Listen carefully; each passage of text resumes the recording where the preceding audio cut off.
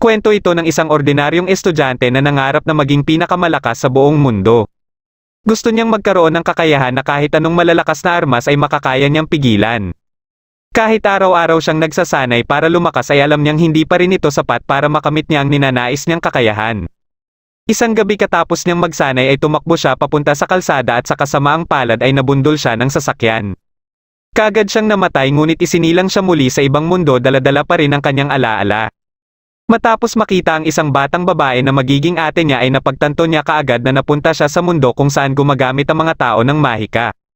Kaya naisip niya din kaagad na isa itong perpektong mundo para sa pangarap niyang maging pinakamalakas. Pinangalanan siya dito na Sid at makalipas ang ilang taon ay nagkaroon kaagad siya ng matinding kapangyarihan. Ngunit itinatago niya lang ito at kahit nagdueduelo sila ng kanyang ate na si Claire ay hindi niya ito ipinapakita. Tuwing gabi ay inaatake ni Sid ang mga masasamang grupo sa kanilang lugar. Sa isang operasyon niya ay may nakita siyang isang halimaw na nakakulong.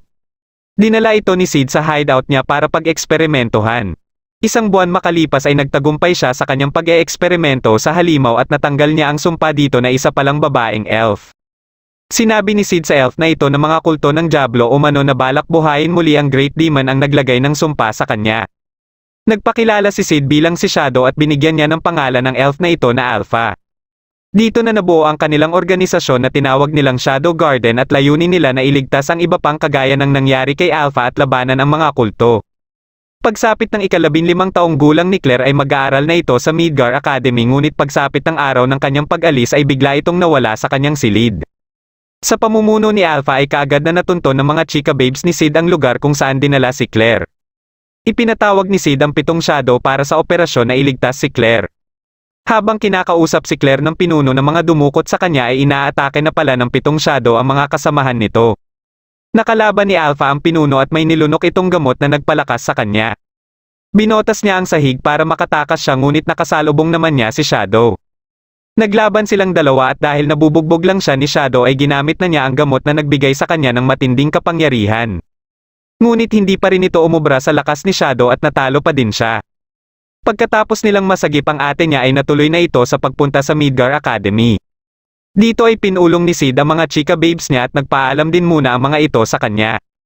Pagkalipas ng ilang taon at sa edad na 15 taong gulang ay nag-enroll din si Sid sa eskwelahan na pinapasukan ng kanyang ate. Dito ay mayroon siyang 2 kaibigan na sina Skel at Po. Nagkaroon sila ng pustahan na ang sino man sa kanilang tatlo ang may pinakamababa ang score sa naganap na pagsusulit noong isang araw ay may parusa at ito ay ang magtatapat kunwari ng pag-ibig sa prinsesa ng Midgar na si Alexia. Si Alexia lang naman ang pinakasikat na babae sa kanilang paaralan at wala pang maswerteng lalaki ang nakakakuha ng matamis niyang oo. Dahil si Sid ang may pinakamababang score ay siya ang gagawa nito. Pagsapit ng hapon pagkatapos ng klase ay ginawa na ito ni Sid na habang pinapanood naman nila Skel at Po.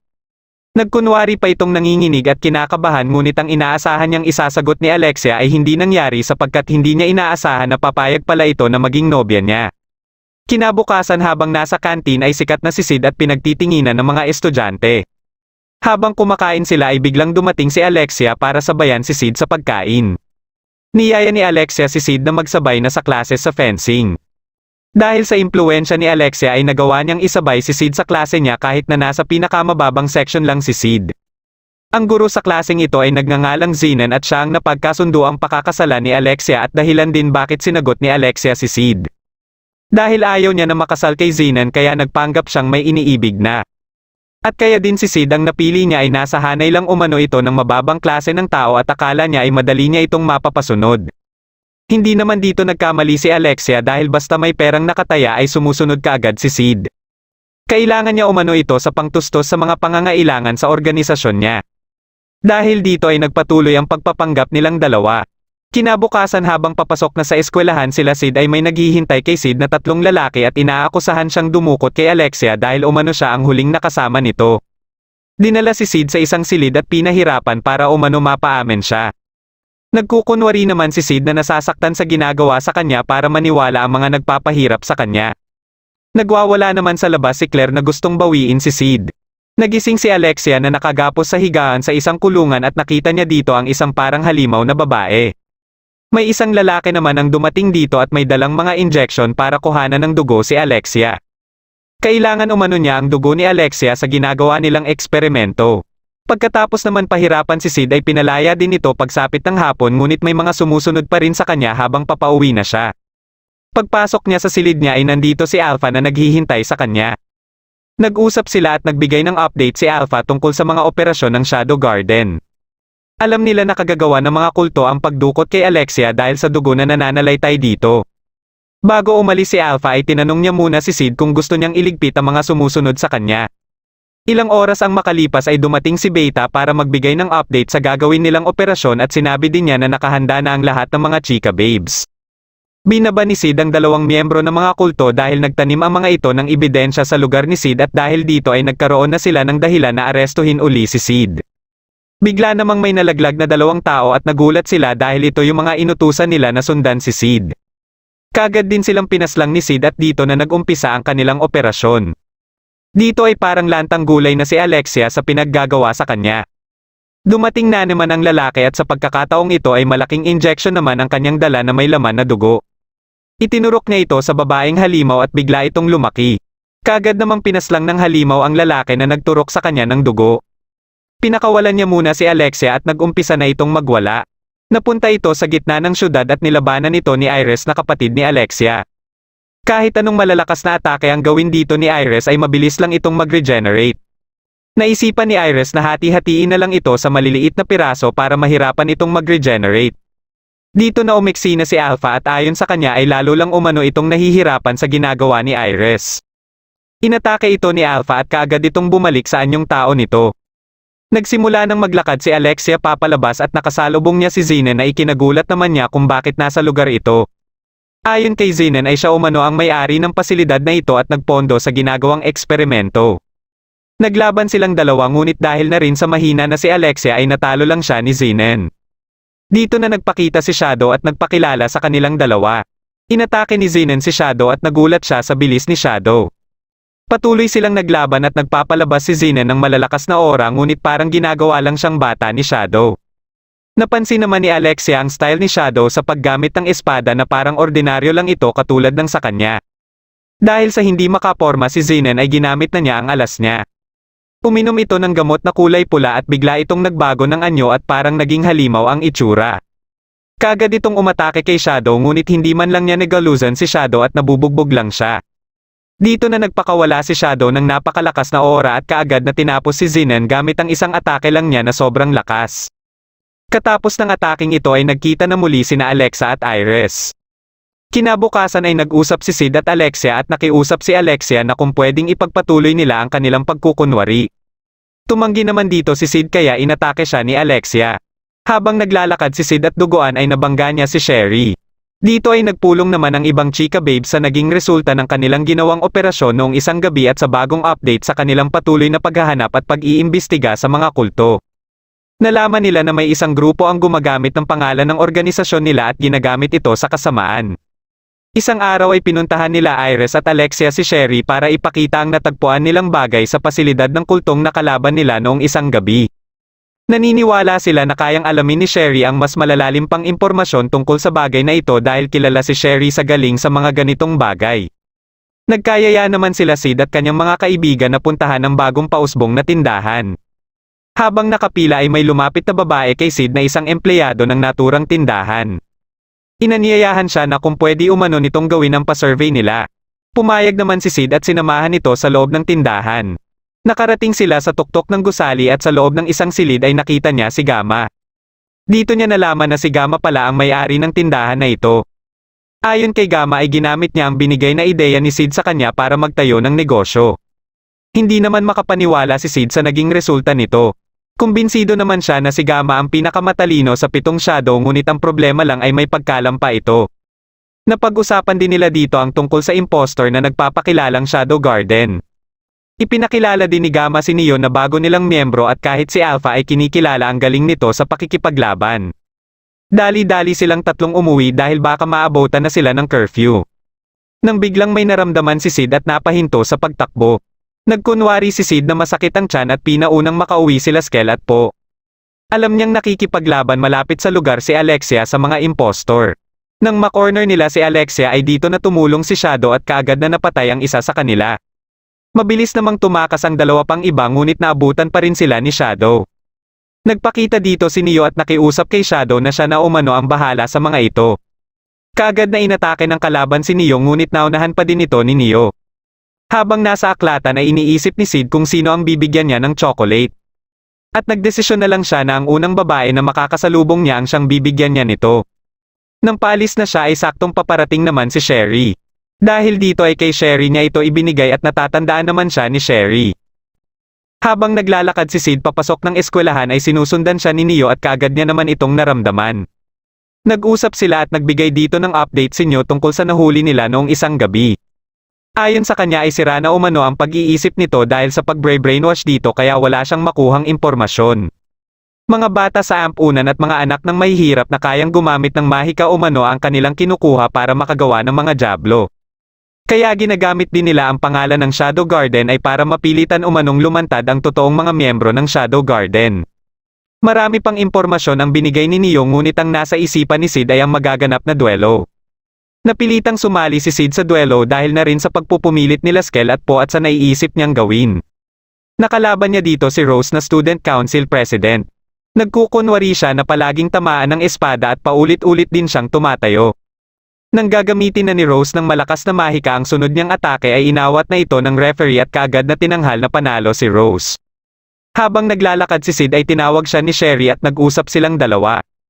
May ibinigay si Sherry sa kanya na isang supot ng cookies bilang pasasalamat umano at gusto niya din sanang makipagkaibigan kay Sid. Dahil walang nakikitang problema dito si Sid ay pumayag siya kaagad. Sumali na sa usapan nila ang kinikilalang ama ni Sherry at nakilala ito kaagad ni Sid. Dito na niya napagtanto na si Sherry Barnett ang babaeng kaharap niya at kilala ding tao. Isang araw habang nasa silid ng klase ay pumasok si Rose at ang isang babae para sa magaganap na eleksyon. Habang nagpapaliwanag ang kasama ni Rose ay may biglang naramdaman si Sid na hindi normal sa paligid. Biglang nagdatingan ang mga lalaki na nagpakilalang Shadow Garden. Susubukan sanang makipaglaban ni Rose ngunit hindi niya magamit ang mahika niya dahil sa ginawa ng mga impostor sa buong eskwelahan. Biglang inatake ng isang lalaki si Rose at kaagad naman siyang itinulak ni Sid dahilan para si Sid ang matamaan ng espada. Dahil dito ay isa na namang chika babes ang napahanga sa kabayanihan niya. Nagpanggap muna siyang patay na at dinala na sa auditorium lahat ng mga estudyante. Nang wala ng ibang tao ay bumangon na siya at pinagaling ang sugat niya. Habang pinag-aaralan ni Sherry ang artifact ay bigla naman siyang sinugod ng kalaban na si Rex. Kaagad namang pumasok ang bantay ni Sherry na si Glenn kasama si Marco at tinulungan siyang makatakas dahil alam nilang ang artifact ang pakay nila kay Sherry. Iniisa-isa naman ni Sid na patayin ang mga kalaban na nakikita niya. Habang naglalakad si Sherry para puntahan ang silid kung saan nakalagay ang libro na may impormasyon tungkol sa mahika na nilagay sa buong eskwelahan ay pasekreto siyang tinutulungan ni Sid para hindi siya madakip ng mga kalaban. Nang mahuhulog na siya sa hagdan ay nasalo naman siya ni Sid at sinamahan na siya nito. Ayon kay Sherry na ang artifact umano na ginamit sa eskwelahan nila ay ang tinatawag na Eye of Avarice. Kaya niya umano mapahinto ito sa pamamagitan ng artifact din na kasalukuyan niyang pinag-aaralan. Plano ni Sherry na makapunta sa auditorium sa pamamagitan ng basement tunnel dahil may kutob siyang nasa auditorium ang Eye of Avarice dahil dito tinipon ang mga estudyante. Pag mapa-activate niya umano ang artifact na hawak niya at malapit sa Eye of Avarice ay mapapahinto umano ito. Ngunit naiwan niya naman ang mga kakailanganin niya sa silid niya. Kaya nagpresenta na si Sid na siya na lang ang kukuha dito. Habang hinahanap ulit ni Rex si Sherry kasama ang apat na alalay ay inatake naman sila ni Sid hanggang si Rex na lang ang matira. Kahit ginagamit na ni Rex ang pinakamatindi niyang mahika ay binubugbog lang siya ni Sid hanggang sa napunta siya sa silid na puno ng mga patay niyang kasamahan na tinipon ni Sid. Nagulat siya sa nakita niya at kaagad din siyang tinapos ni Sid. Nakita ni Neo na nakahandusay sila Glenn at Marco na personal din niyang kakilala at biglang dumating dito si Sid. Nagbigay ng report si Neo na nakapasok na umano ng eskwelahan ng mga chika babes at naghihintay na lang ng utos ni Sid. Habang ang grupo naman umano ni Iris ay nasa labas din ng eskwelahan.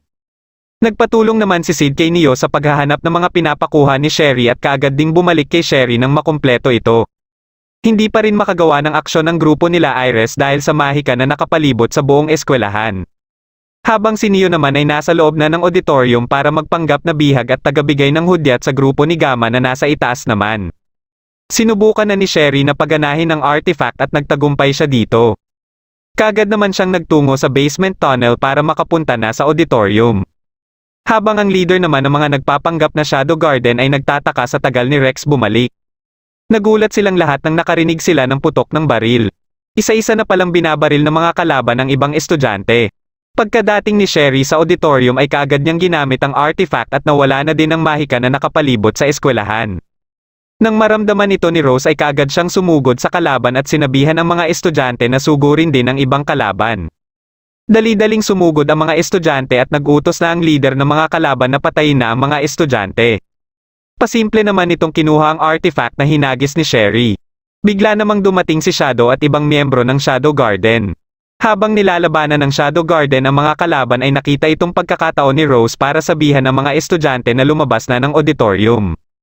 Nagbabakasakali naman si Sherry na makita dito ang ama-amahan niya ngunit may napansin siyang gas na tumatagas at biglang nagliyab ang loob ng gusali. Habang si Gamma at ibang miyembro ay patingin-tingin lang sa taas at napansin din nila na nasusunog na rin ang ibang gusali ng eskwelahan. Kagagawan pala ito ng leader ng kalaban at katapos ay umalis din siya.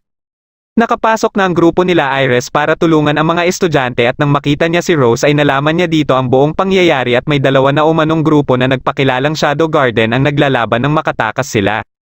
Katapos iligpit ng Shadow Garden ang mga kalaban ay nakuha na din ng grupo ni Gamma ang ibang pakay nila sa eskwelahan at hinihintay na lang nila na iligpit ni Shadow ang leader ng kalaban. Isa-isa namang kinuha ng leader ng kalaban ang mga libro sa isang silid at sinunog ito.